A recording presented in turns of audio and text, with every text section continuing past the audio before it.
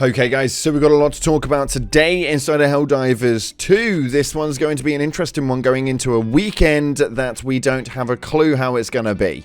Now, we're getting out this video just before the major order finishes. We've got around an hour left on it, and we're going to talk about a few things before we roll into the next sector of what seems to be an incredible galactic war.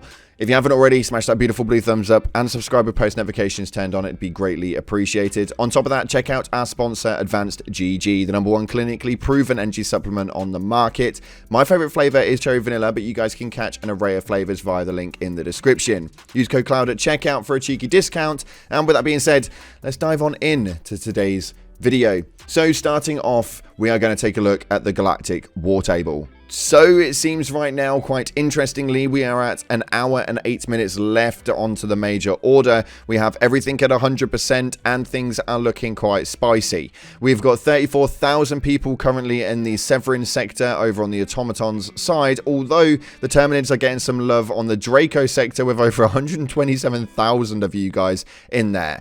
We managed to get over the defense of Estanu, which is quite nice, and we've now obviously attacking into Fori Prime and Krimska, which is always a nice foretold, and then we can move on into what's happening inside of the game. This is obviously going to finalize how this will work for the automatons, as I feel like after this major order, Tibet is definitely going to be a primary focus, and I'll be surprised if these two are not tied into the major order to finally take out the automatons for good.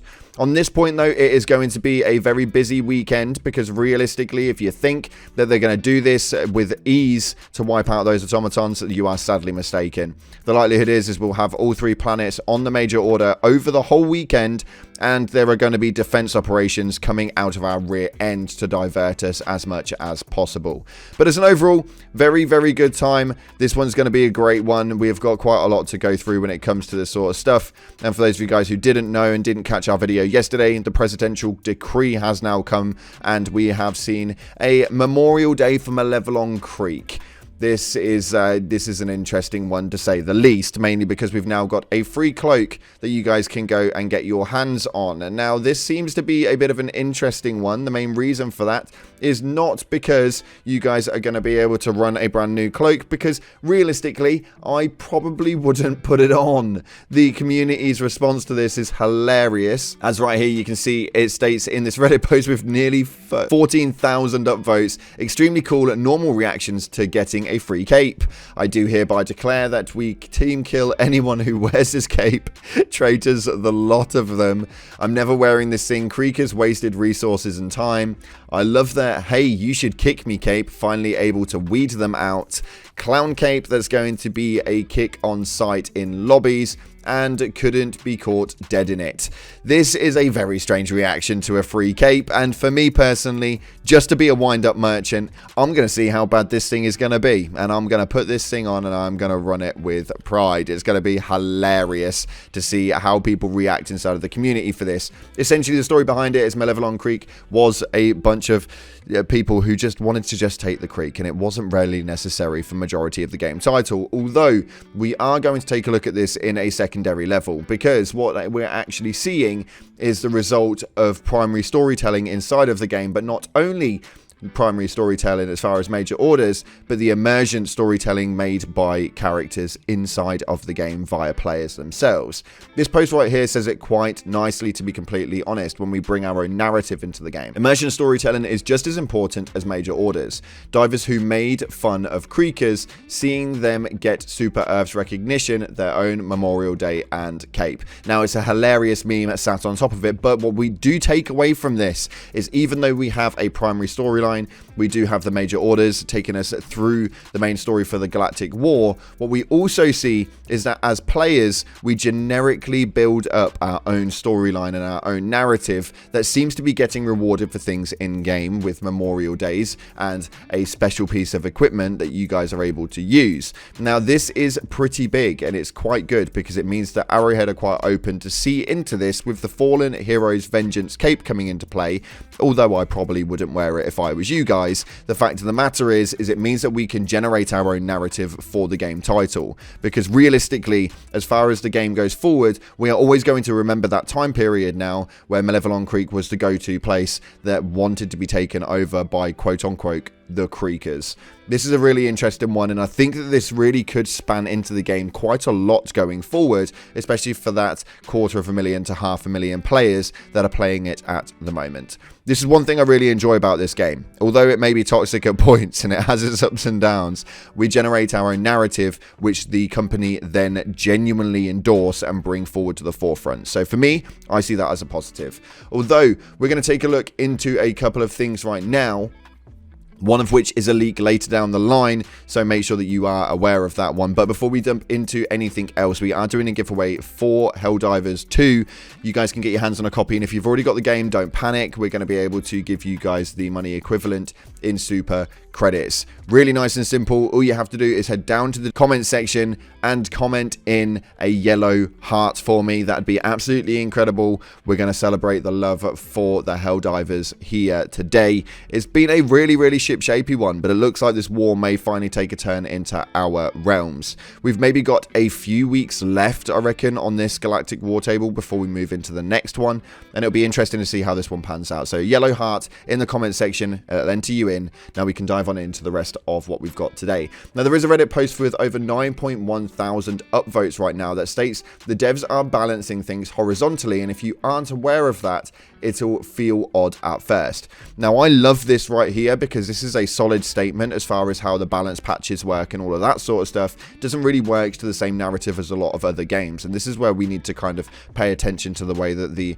game company Arrowhead are actually working on this. It states right here, lots of games these days balance more vertically instead of horizontally, i.e. the more you play, the more you unlock, and the better those unlocks are compared to previous unlocks. Helldivers is one of those few games that primarily balances things horizontally. New unlocks don't automatically invalidate older ones. You're simply acquiring a new tool with a specific job. The point of the balancing is not to have a single tool that does all of the jobs, and if you're used to bringing the same stratagems and weapons to every drop, these balancing patches feel jarring. I am dropping on Maya. You better believe I'm bringing the laser cannon, as I can chew through enemies with the extreme cold modifier. It is a search and destroy fabricators mission. I'm definitely not bringing the anti-material rifle since it doesn't suit the run and gun playstyle needed to complete the mission at the time. Am I dropping in the creek? I'm bringing light armor for the stealth bonus and turrets to distract. Yes, there are things that are better than others in a given situation. I believe the devs are encouraging us to try configs that suit a specific scenario, and when you play this way, the game is pretty well balanced. And I think that's something we really need to take into consideration. A lot of people have been kicking off about a lot of the balance updates and the patches that have been happening recently. At the moment, the biggest key feature is the slugger and everybody's opinion on that, but they are seeming to do things with the horizontal line period. You guys don't need to run everything the same every single time. I know a lot of you guys do, and I know you like what you like, but realistically, you can just put on a few other things, and some things will balance out a little bit better for you if you go into certain planets with certain scenarios. It works really well, and actually for me, this is probably one of the most balanced games I've seen in a very long. Let me know your opinions in the comment section below, because I think this is a big topic that a lot of you guys have got some really big opinions on, and I'm happy to hear and talk about everything that you guys are looking at with that. We're also discussing it quite a lot in the Discord, link in the description. There's nearly 10,000 of you guys in there, so a massive shout out to you absolute legends. But moving on, I'm just going to state one sentence and one sentence only with 7.2 thousand upvotes. Okay guys, hear me out. Shaders. Now this is obviously from Destiny 2, and this worked in a specific narrative for the game, and it worked very well. Now this wasn't a you can customize everything you want to that degree, but you can customize certain parts with a shader packet. I think this would work really well with Helldivers 2. We are going to want the customization, and it's going to need to come soon, but the shader packs I think would work very well. I think if they started bringing certain armor pieces that were exactly the same, just different colors, we may walk into a bit of an issue, because then you're going to have to obviously purchase those or use certain materials to get those, and I don't like that narrative. I like the fact that we can take a color and put it on any armor sort to look exactly how we want. big key feature. Let me know if you agree. And now I think that we're walking into some leak territory right now. I'm not 100%, and this is going into the video mainly for clarification from you guys who are happy to look at it and let me know. But I have had a tweet from a guy called Leon Steiner 3. Now, you've seen him a couple of times here on the channel because this guy is absolutely on the ball with providing me with certain things via Twitter and stuff like that. Massive shout out to you, Gamer Clay. Really appreciate you, my man.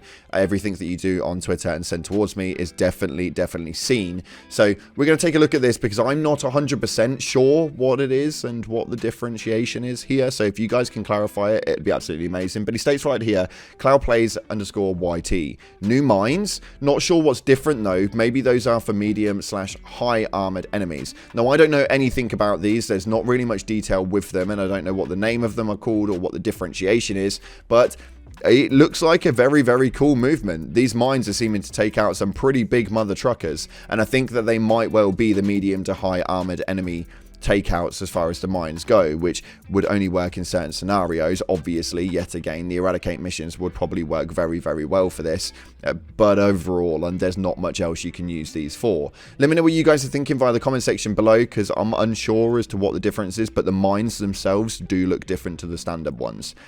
We're going to talk about it. Let's get it going. Unfortunately, that's all we've got time for today, though. If you haven't already, smash the like button and subscribe with post notifications turned on. You guys have been absolutely incredible over the recent few months, so thank you so much for being amazing. Appreciate your faces. Like, subscribe, and I'll see you in the clouds.